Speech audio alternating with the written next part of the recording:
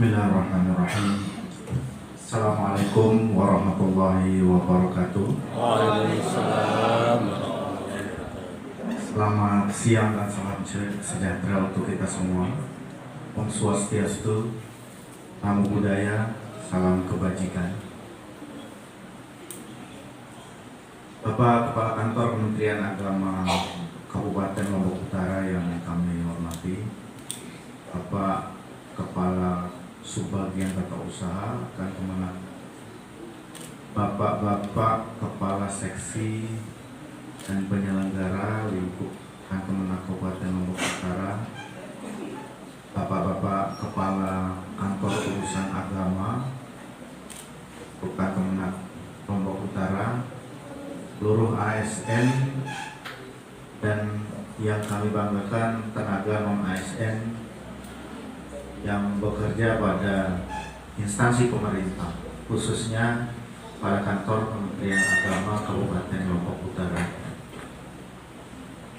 Pertama-tama marilah kita panjatkan puji syukur kehadirat Allah Subhanahu wa Ta'ala, di mana pada siang hari yang berbahagia ini, alhamdulillah kita sudah diberikan kesempatan dan kesehatan sehingga kita dapat berkumpul, bersilaturahmi, dan pada saatnya nanti kita akan berdiskusi, ada tanya jawab, mudah-mudahan ada waktu. Sebagai suatu sarana yang kami siapkan pada kantor wilayah Kementerian Agama Provinsi Nusa Tenggara Barat, khususnya berkenaan dengan pendataan tenaga non ASN pada Kementerian Agama. Selanjutnya, salawat dan salam kita curahkan kepada junjungan Nabi besar Muhammad SAW. Semoga kita adalah umat yang di hari kemudian diberi syafaat oleh Allah. Pak Kepala Kantor Kementerian Agama yang kami hormati, kebetulan Pak Kepala ini adalah pimpinan kami saat itu pada tahun 2016 sampai 2018 ya Pak, kalau kami tidak salah ingat. Alhamdulillah kami bersama teman-teman yang saat ini kebetulan hadir saat ini merupakan bawahan dari beliau saat kami berada di Subbag Kepegawaian dan Hukum Kementerian Agama Provinsi Nusa. Kami sampai sekarang berterima kasih banyak pelajaran yang beliau berikan kepada kami, khususnya terkait dengan administrasi perkantoran, sehingga saat ini banyak sekali pelajaran-pelajaran itu yang bisa kami terapkan sampai saat ini, khususnya terkait dengan urusan kepegawaian. Kemudian yang kedua, terima kasih juga telah memberikan fasilitas bagi kami pada siang hari ini sehingga kita dapat berkumpul bermuajah pada siang hari ini, karena memang ini merupakan agenda yang kita sudah rencanakan, sebab pendataan non ASN ini rupanya sebentar lagi akan melalui uji publik Bapak Ibu. Sekarang itu data yang Bapak Ibu sudah sampaikan kepada BKN, tentu saja nantinya pada tanggal yang telah ditetapkan oleh BKN atau nanti yang akan dirilis oleh Kementerian Agama tentu akan diuji publikkan. Nanti akan muncul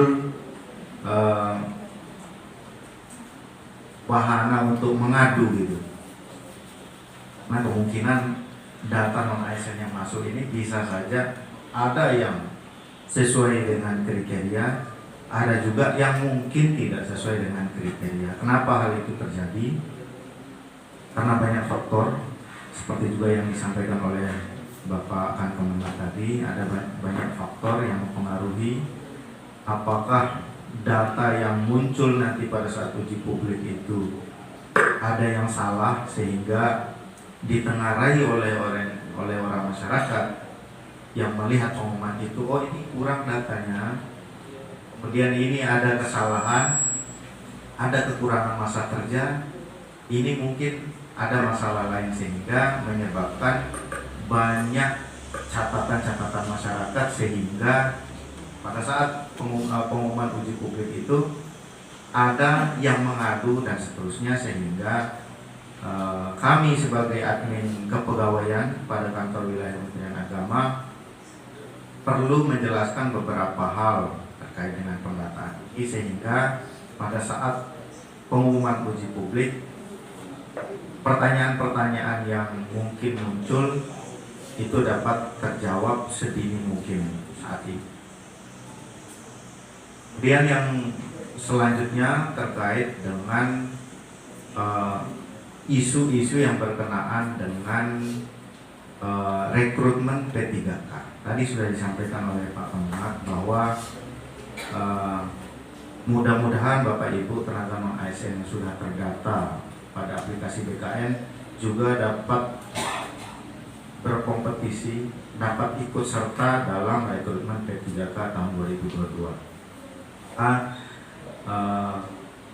Rekrutmen ini adalah juga yang akan kami sampaikan apa saja yang terbaru terkait dengan rekrutmen yang menjadi atensi yang harus dijelaskan kepada masyarakat. Pertama terkait dengan pendataan dulu Pak ya. Berkenaan dengan pendataan, seperti juga yang disampaikan Pak Kemenag, 81 orang sudah kami terima pada aplikasi Kementerian Agama. Ini mohon izin karena aplikasinya ini adalah dioperasikan oleh masing-masing kabupaten kota, Pak Kemenag. Di Kanwil dalam hal ini sebagai admin yang membagi akun untuk pengentrian pendataan tenaga non-ASN. Jadi sepenuhnya memang dalam hal pengentrian, dalam hal pendefinisian kriteria yang ada dalam surat itu sebenarnya dijelaskan oleh masing-masing admin kabupaten kota. Karena memang sebelumnya juga ini sudah dijelaskan oleh Biro Kepegawaian dan seluruh admin kabupaten kota se-Indonesia telah mengikuti Zoom meeting terkait, sehingga apa yang disampaikan oleh admin kabupaten kota juga semestinya sudah sesuai dan sama dengan apa yang disampaikan oleh admin Kanwil maupun Biro Kementerian Agama Pusat. Nah, terkait dengan pendataan ini Bapak Ibu sekalian, kita sekarang pada tanggal 30 September kemarin semua data yang sudah masuk pada aplikasi BKN rupanya ada beberapa kendala yang ditemui Bapak Ibu. Alhamdulillah, khusus di KLU ini tidak ada kendala berarti karena sedari awal KLU sudah mengkonfirmasi penyelesaian pada akun Biro Kepegawaian. Ini nomor satu kalau kami sampaikan. Kenapa? Karena memang jumlahnya 81. Alhamdulillah, karena dibanding dengan kabupaten kota lain, misalnya Bima itu sampai kurang lebih 800, Tompu itu jumlahnya 290 orang, kemudian Sumbawa 400-an orang, KSB itu kurang 200, jadi 140 lebih, Lombok Timur 420-an, Lombok Tengah juga kurang lebih sama, lebih 400, Lombok Barat 275, dan Lombok Utara 81, Kota Mataram kemarin sekitar 270-an orang. Paling banyak sebenarnya itu ada di Bima dan Lombok Tengah, Lombok Timur. Kenapa hal demikian bisa terjadi? Karena pertama, persebaran tenaga non-ASN kita banyak berada di madrasah. Kebetulan di Lombok Utara ini belum ada madrasah negeri.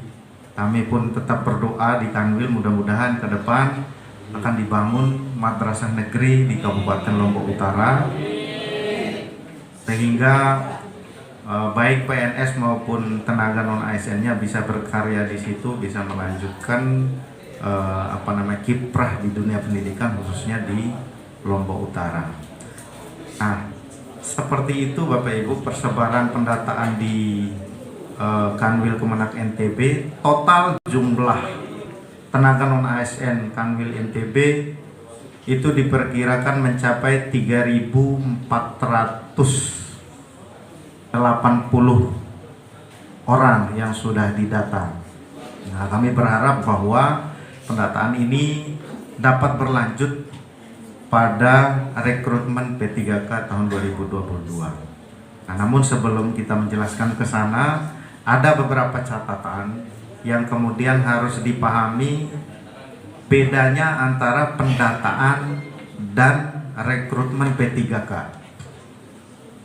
Nah, kalau pendataan ini ada tujuan yang memang dari awal pemerintah ingin sampaikan kepada masyarakat bahwa tujuan pendataan ini adalah untuk menyelesaikan permasalahan tenaga non-ASN pada instansi pemerintah.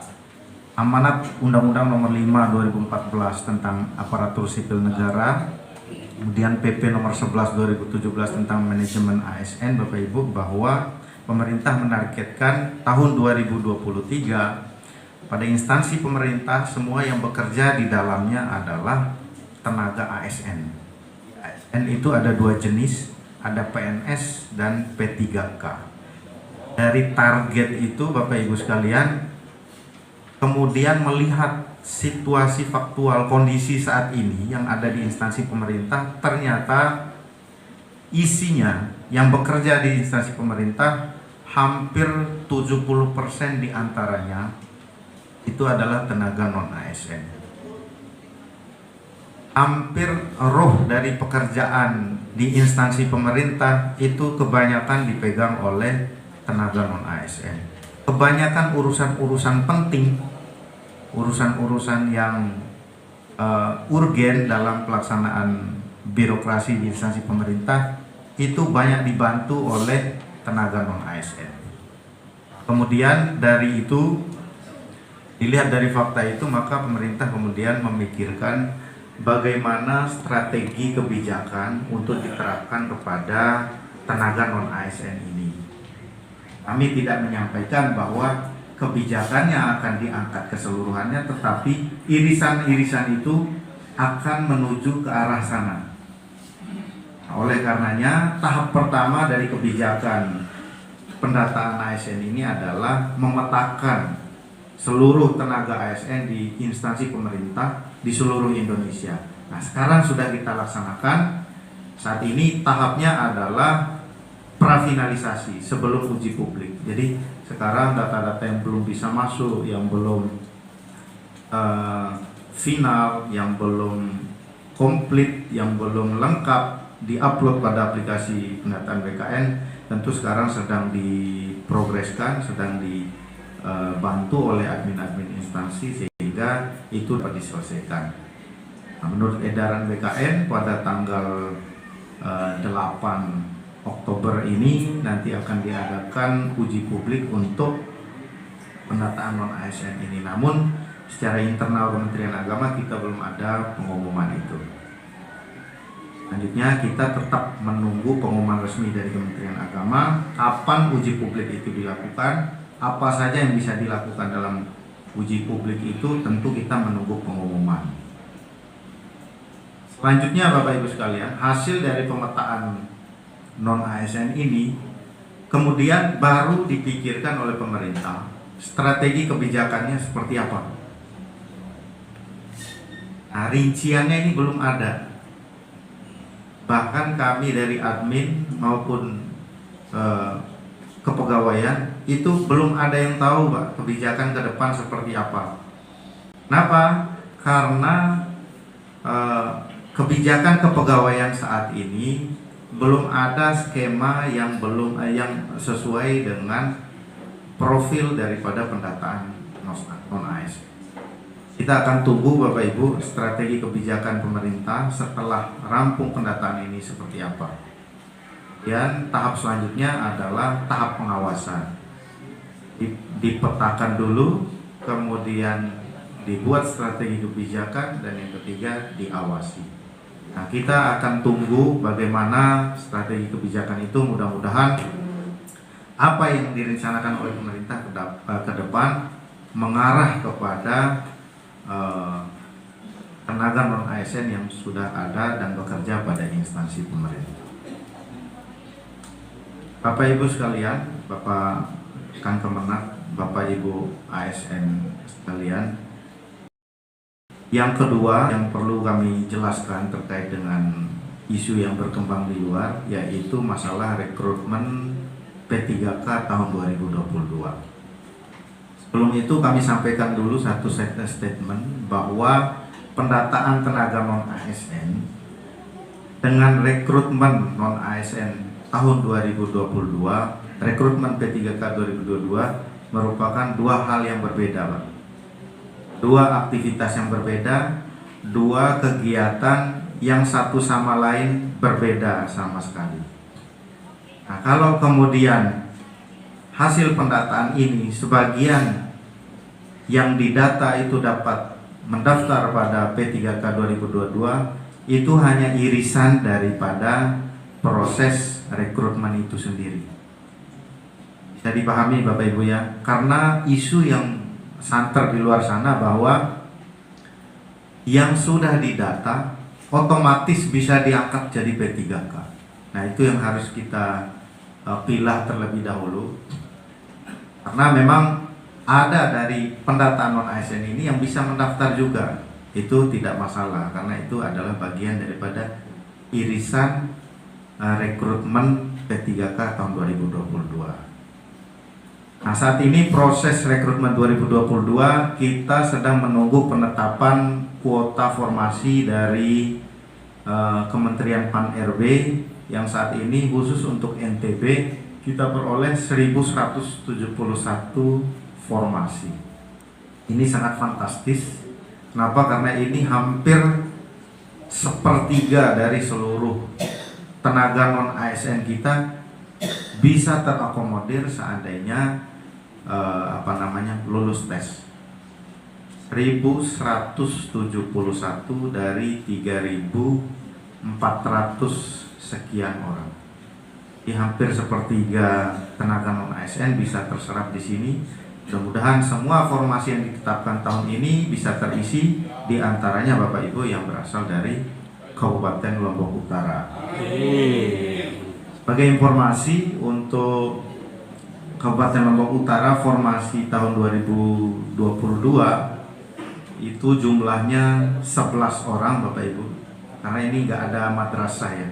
Kenapa kuotanya berbeda dengan kabupaten kota lain? Sebab Menpan sudah membuat formasi prioritas untuk setiap jabatan. Jadi urutan tertinggi, proporsi tertinggi itu diperoleh dari jabatan tenaga guru. Jadi guru itu di NTB kurang lebih 400 formasinya, Pak Menang. Ini sangat besar, menguras formasi yang lain karena memang dia adalah formasi utama yang ingin diadakan oleh pemerintah. Dan selanjutnya di urutan kedua, proporsi yang lebih banyak itu ada formasi core business. Nah, di Kementerian Agama kita ada penyuluh agama dan penghulu. Dia lebih banyak daripada jabatan fungsional lainnya yang jumlahnya kurang lebih se-NTB ada 50. Jadi fungsional lain di NTB ini jumlahnya cuma 50, terbagi habis pada kabupaten kota. Untuk Kabupaten Lombok Utara, untuk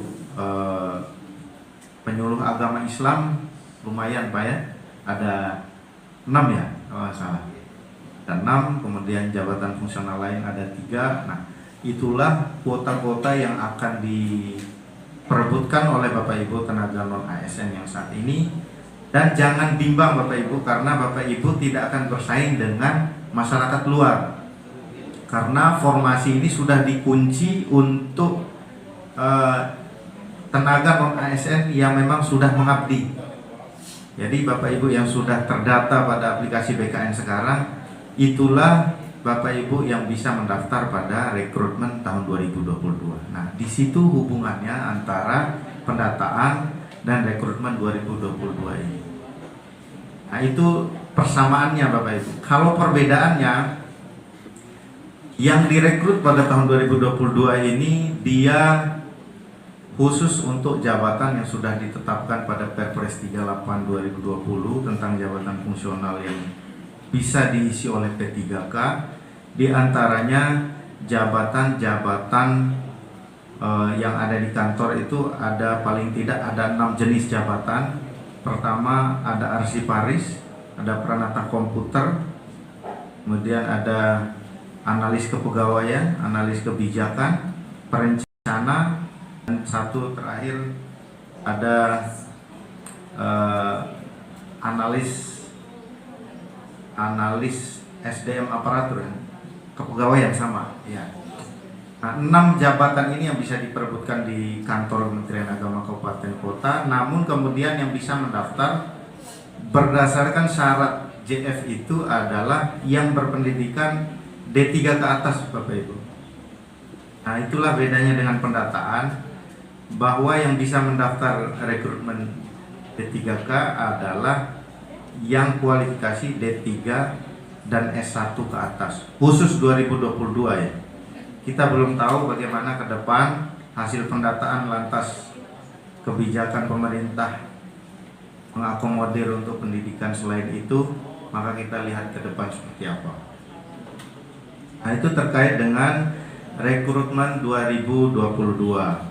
Kami ingin melihat bahwa di Kemenak Kabupaten Lombok Utara ini ada atau tidak permasalahan dalam pelaksanaan pendataan non-ASN. Tentu kami juga menerima kritik, saran atau pertanyaan-pertanyaan yang kemudian mudah-mudahan bisa kita tanggapi di sini, sehingga ke depan pada saat uji publik Bapak Ibu sekalian bisa lolos semua, masuk semua, dan semua tidak ada satupun yang tidak tercover pada pendataan non-ASN ini. Nah, untuk itu kami ingin membuka Bapak Ibu diskusi pada siang hari ini. Mudah-mudahan dari Bapak Ibu ada yang ingin bertanya, mohon dibantu kepada MC. Siapa yang ingin bertanya, dan mohon juga nanti disampaikan, diperkenalkan nama dan berasal dari satuan kerja mana.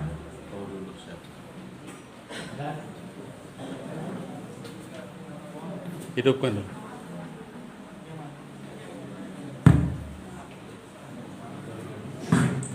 Bismillahirrahmanirrahim. Assalamualaikum warahmatullahi wabarakatuh. Assalamualaikum. Nama Suaib, penyuluh agama Islam non PNS dari Kecamatan Kemenang. Yang saya mau tanyakan adalah bagaimana tentang perubahan data yang sudah terkirim ke BKN dan sudah mendaftar, membuat akun dan daftar, ternyata ada kesalahan ketika sudah mendaftar. Jadi pertanyaannya, apakah bisa diedit atau tidak akun atau pendaftaran tersebut? Sekian, terima kasih. Assalamualaikum warahmatullahi wabarakatuh. Waalaikumsalam warahmatullahi wabarakatuh.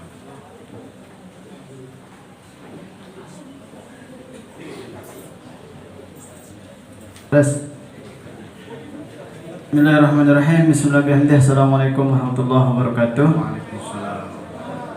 Nama saya Muhammad Alimuddin dari Bayan, Desa Mumbulsari, Dusun Lokorban Timur. Jadi saya sebagai penyuluh non ASN tentunya, dan ingin mengajukan sebuah pertanyaan yang dimana bahwa saya pada waktu kemarin malam, begitu batas akhir dari tanggal 30 Oktober, di sana saya masukkan data jam berapa itu, jam 12 lebih. Di duluan langsung resume begitu Pak. Jadi kalau resume kan lagi saya masukkan ijazah, ada ijazah S1 dan ada ijazah S2. Tapi yang diminta di sana adalah ijazah terakhir katanya. Lalu kemudian saya masukkan ijazah S2 saya. Apakah itu tidak bermasalah atau apa? Saya tidak tahu, antara S1 atau S2. Yang secara kebetulan juga saya jurusan HKI, begitu, Hukum Keluarga Islam. Nah, jadi pertanyaannya itu, apakah resume itu menyebabkan saya tidak terdata atau bagaimana, karena belum selesai begitu Pak. Kemudian yang kedua pertanyaannya S1 atau S2 yang kita masukkan begitu. Kemudian yang ketiga adalah terkait dengan rekrutmen atau pendataan. Ini kan dua hal yang berbeda yang sudah berdiri sendiri begitu, antara rekrutmen sama pendataan. Jadi lalu kemudian nanti misalkan ketika sudah masuk data kita di BKN ini, apakah tetap ada ujiannya kan, tetap ada ujian atau tes gitu ketika kita tidak lulus misalkan dari kuota yang sudah disampaikan tadi, apakah ada kesempatan lagi untuk melakukan tes uji atau ada kebijakan pemerintah yang lalu kemudian kita langsung diangkat begitu. Itu saja, terima kasih. Assalamualaikum warahmatullahi wabarakatuh.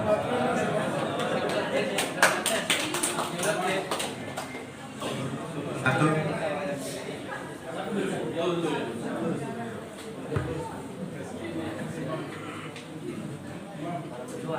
Baik, terima kasih. Selamat sore. Perkenalkan, nama saya Kartono dari Penyuluh Agama Buddha. Tadi sempat banyak disampaikan tentang rekrutmen, ya, termasuk formasi yang khusus Lombok Utara, terutama yang bagian agama Islam. Tentu kami yang beragama Buddha tentu ingin tahu formasinya, khususnya yang 2022. Terima kasih.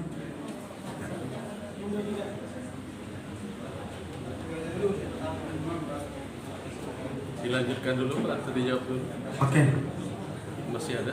ditanggapi dulu Pak. Oh, ditanggapi dulu. Tanggapi dulu. Oh, langsung dah, ya nggak apa-apa. Baik, terima kasih.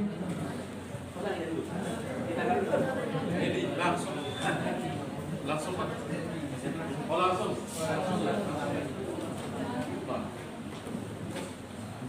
Selamat sore Bapak Ibu sekalian. Salam sejahtera bagi kita semua. Saya atas nama Budianto dari Penyuluh Buddha, Kantor Kementerian Wilayah Provinsi Nusa Tenggara Barat. Yang saya tanyakan yaitu mengenai pembuatan akun. Sesuai dengan pengalaman yang saya alami sendiri, pembuatan akun belum final. Pada waktu itu memang sudah nomor NIK saya sudah terdaftar dengan nomor handphone dan email saya, tetapi begitu masuk muncul galat. Di situ tidak bisa masuk, error terus Pak. Bagaimana ini solusinya? Apakah ada Keterangannya apa Pak? Galat itu keterangannya apa? di keterangan di galat itu, mohon maaf nomor NIK Anda sudah terdaftar dengan nomor handphone dan email. Gitu yang muncul di galat tersebut. Tetapi begitu diklik masuk, error terus. Ya, karena Bapak masuk di pembuatan akun mungkin Pak. Akun Bapak mungkin sudah jadi. Iya, akun Bapak- sudah jadi. Tapi Bapak masuk dibuat akun gitu. Harusnya masuknya di login Pak. Ya, masih login. Apakah ada penambahan waktu untuk pembuatan akun tersebut? Ya. Sekian yang saya tanyakan. Kurang lebih saya mohon maaf. Selamat sore, terima kasih. Ya, terima kasih. Izinkan kami menanggapi dari pertanyaan pertama Pak Suhaib, Penyuluh Agama Islam. Apakah perubahan data bagi yang sudah mendaftar itu yang ada kesalahan itu bisa dilakukan? Jadi semua perubahan-perubahan Bapak Ibu, khusus pendataan non ASN, baik perubahan itu belum bisa berhasil membuat akun, kemudian sudah berhasil membuat akun tapi tidak berhasil mengupload semua berkas, maupun yang sudah langsung diresume Bapak Ibu, sudah diresume oleh aplikasi, Bapak Ibu belum sempat klik resume tapi dengan sendirinya sudah diresumekan karena deadline waktu sudah lewat 30 September kemarin paginya, itu aplikasi sudah ditutup. Jadi itu sudah dikunci oleh BKN sehingga apa saja perubahan data yang diinginkan oleh tenaga non ASN dalam aplikasi itu harus dilaporkan kepada admin kabupaten kota untuk kemudian dilakukan perubahannya setelah uji publik, Pak. Jadi kalau Bapak bisa coba sekarang buka aplikasinya, kemudian bisa melakukan perubahan-perubahan. Kalau aplikasi mengizinkan silakan. Tetapi kalau masih dikunci, seperti pada tanggal 1 Oktober sampai sekarang, maka dibiarkan saja itu dibiarkan sambil kita menunggu uji publik dari Kementerian Agama. Nah, nanti uji publik itu adalah sarana kita untuk mengajukan perbaikan-perbaikan, baik belum masuk, belum lengkap mengupload, maupun ada kesalahan-kesalahan lain dalam pengentrian Bapak Ibu. Kemudian pertanyaan kedua dari Pak M. Alimuddin, penyuluh agama Islam. Langsung resume, tadi sudah disampaikan yang resume bisa perbaikan. Apakah ijazah yang digunakan S2? Silakan pakai S2, ijazah terakhir sesuai permintaan pada aplikasi.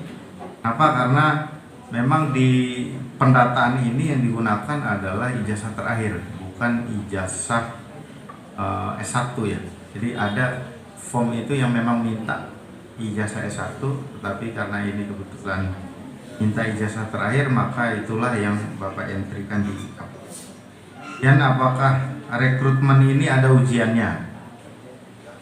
Kalau kita cek runtutan payung hukum dari pelaksanaan pengadaan ASN, Pak, jadi semua itu ada redaksi seleksi, Pak. Jadi di Undang-Undang Nomor 5 2014, PP 11 2017, kemudian peraturan-peraturan di bawahnya termasuk PRK BKN itu ada redaksi seleksi, Pak. Jadi seleksi, karena ada seleksi khususnya misalnya Menpan, Pak.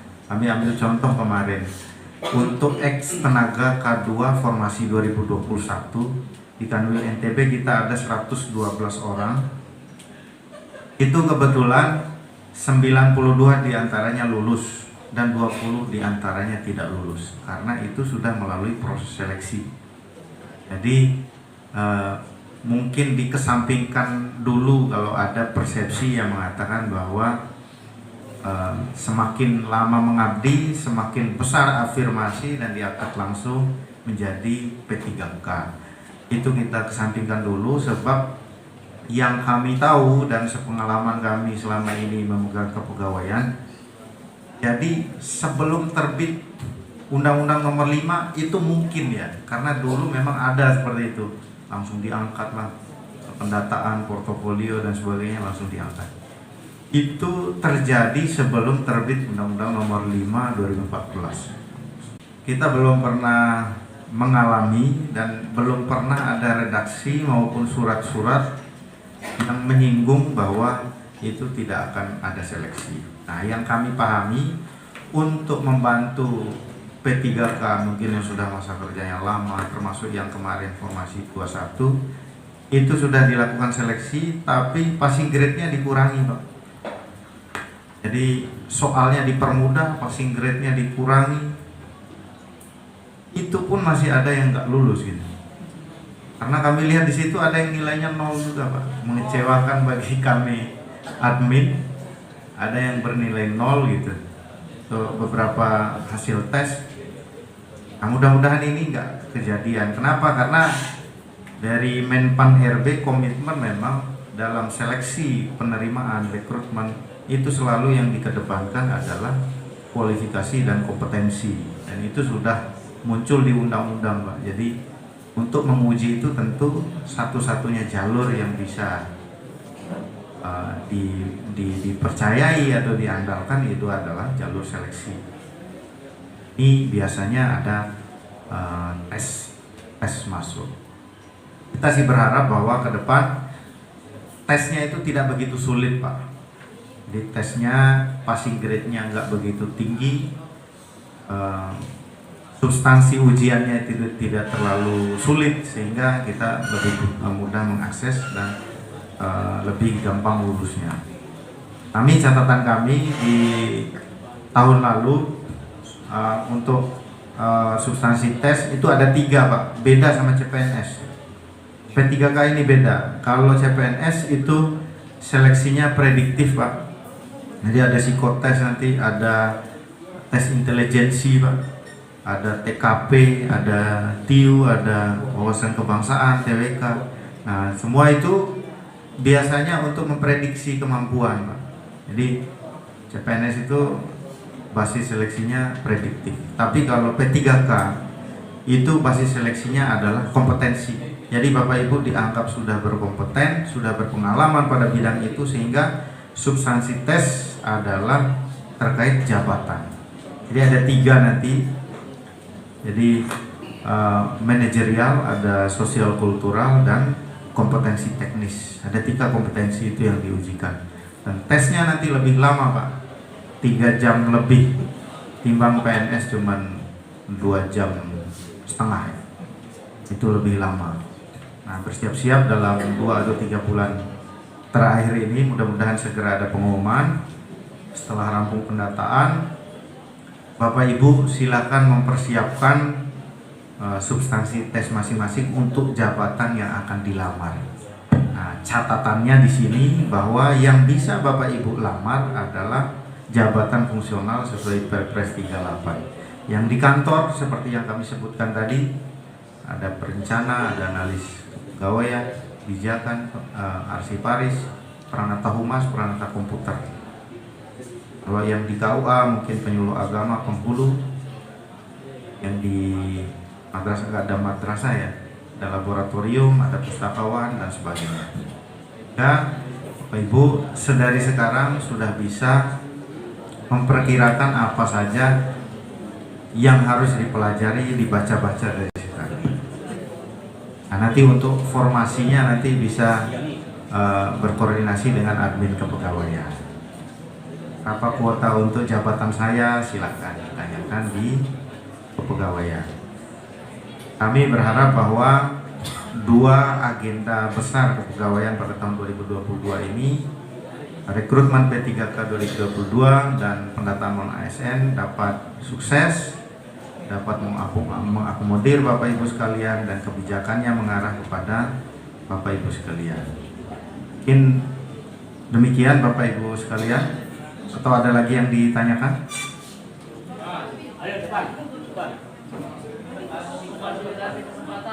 Dua saja Pak ya, terakhir ya. Tinggal 2, majuan.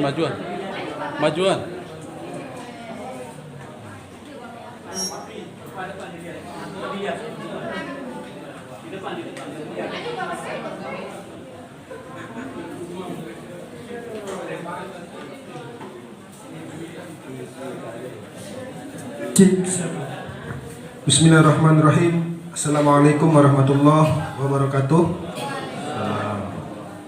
Saya ingin menanyakan ini terkait dengan nama saya Abdul Wafi, penyuluh agama Islam non PNS tidak linier. Tidak linier. Yang ingin saya tanyakan ini masalah apakah penyuluh itu sama peraturannya dengan guru yang kalau 35 tahun ke atas itu bisa mendapatkan nilai afirmasi. Kemudian yang kedua kemarin terkait dengan telekonferensi antara Haji Amirullah, analis kebijakan ahli muda Subdit Penyuluh Agama Islam, yang mengatakan bahwa tahun ini itu tidak akan merekrut penyuluh agama Islam yang berlatar belakang kependidikan, akan tapi non kependidikan saja. Pertanyaan saya, dengan adanya outsourcing besok tahun 2023 itu, apakah penyuluh mentok sampai di situ atau ada kebijakan lain yang akan diberikan untuk penyuluh SPDI ini? Karena kita lihat masa kerja kita Pak, kebanyakan ini sudah lama. Jangankan SK yang 3 tahun, kemudian 5 tahun, bahkan sampai SK yang sebelum 3 tahun itu sudah ada SK-nya seperti itu. Kemudian yang terakhir, untuk yang 3 orang, apakah itu include dengan teman-teman yang honor di KUA dan yang honor di dalam itu terhitung untuk yang kepegawaian P3K yang di Kemenak untuk yang 3 orang. Terima kasih. Assalamualaikum warahmatullahi wabarakatuh.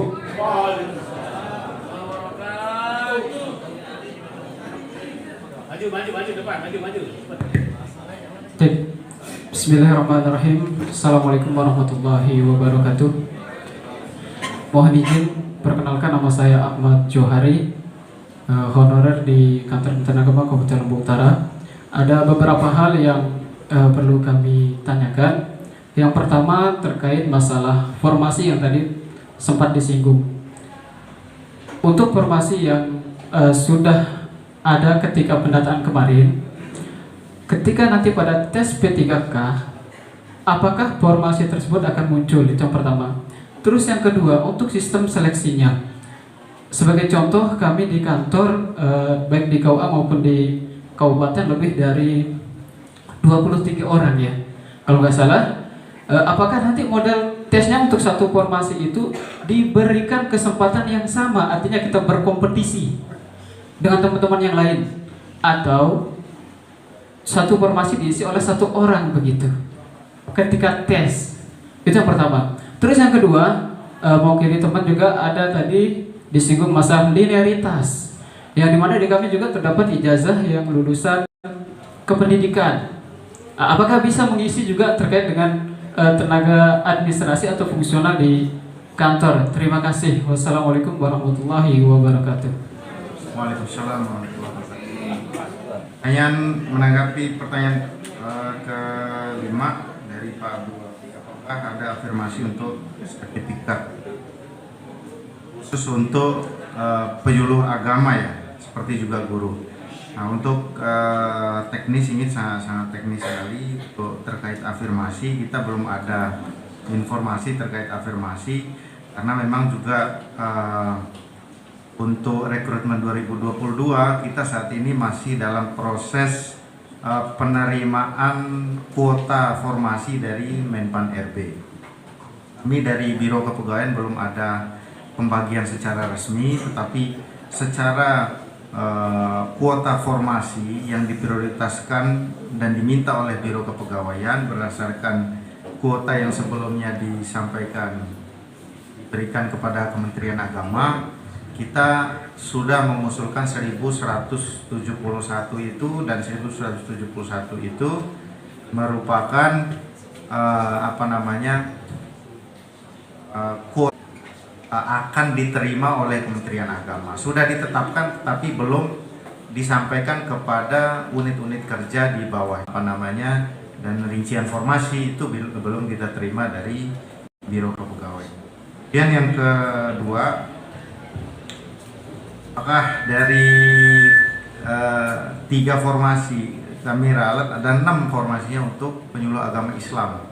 Jadi untuk penyuluh agama Islam 30 sekian ya dari Lombok Utara itu bisa memperebutkan 6 formasi yang ada dengan kualifikasi pendidikan yang sudah kami daftarkan pada pengajuan formasi. Jadi jangan, kalau kami sampaikan bahwa pengusulan formasi kemarin itu tidak dibatasi kualifikasi pendidikan apa saja yang bisa masuk. Jadi semua kami masukkan untuk mengakomodir tenaga non ASN yang sudah mengabdi.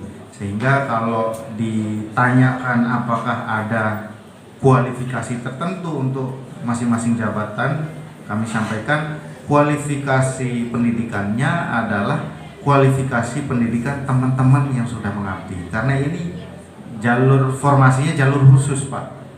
Jalur ingin mengangkat tenaga non ASN. Itulah dalam tanda kutipnya. Hanya kalau kita menggunakan kualifikasi pendidikan, spesifikasi jabatan itu khusus untuk yang bisa masuk saja, maka tenaga non ASN kita tidak akan terakomodir.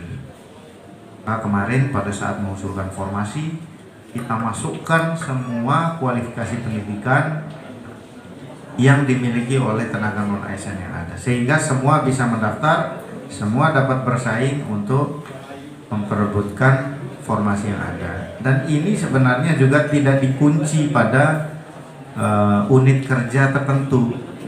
Misal sekarang yang terbuka formasinya di KUA Gangga.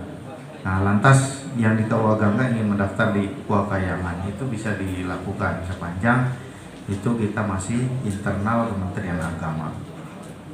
Itu tidak dikunci ya Pak ya. Jadi kualifikasi pendidikan lepas, tempat melamar juga dilepas, tidak dikunci pada unit kerja tertentu. Kemudian selanjutnya formasi apakah nanti akan muncul di pengumuman? Jelas Pak.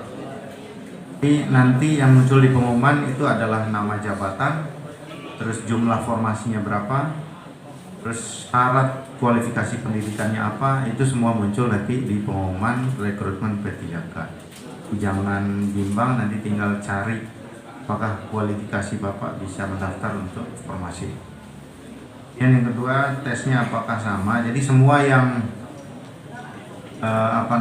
yang bisa mendaftar untuk formasi itu semua bisa ikut tes pada jabatan yang sama. Jadi bisa mendaftar di situ. Jadi tidak dikunci untuk satu orang. Jadi semua yang punya kualifikasi pendidikan khususnya untuk tenaga non ASN maka bisa mendaftar dan bisa ikut tes.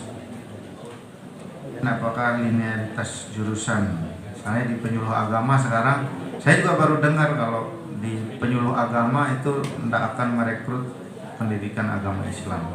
Tapi pengetahuan kami dan yang kami usulkan untuk kuota formasi itu semua diakomodir, tidak ada pembatasan gitu. Bahkan penyuluh agama kita kan ada yang jurusan ekonomi juga. Kenapa kalau jurusan ekonomi bisa, kalau pendidikan nggak bisa, aneh juga gitu. Jadi semua sudah kita akomodir. Silakan nanti tunggu pengumumannya, mudah-mudahan itu sesuai dengan apa yang kita rencanakan, karena itu sudah kita masukkan ke dalam usul formasi Bapak.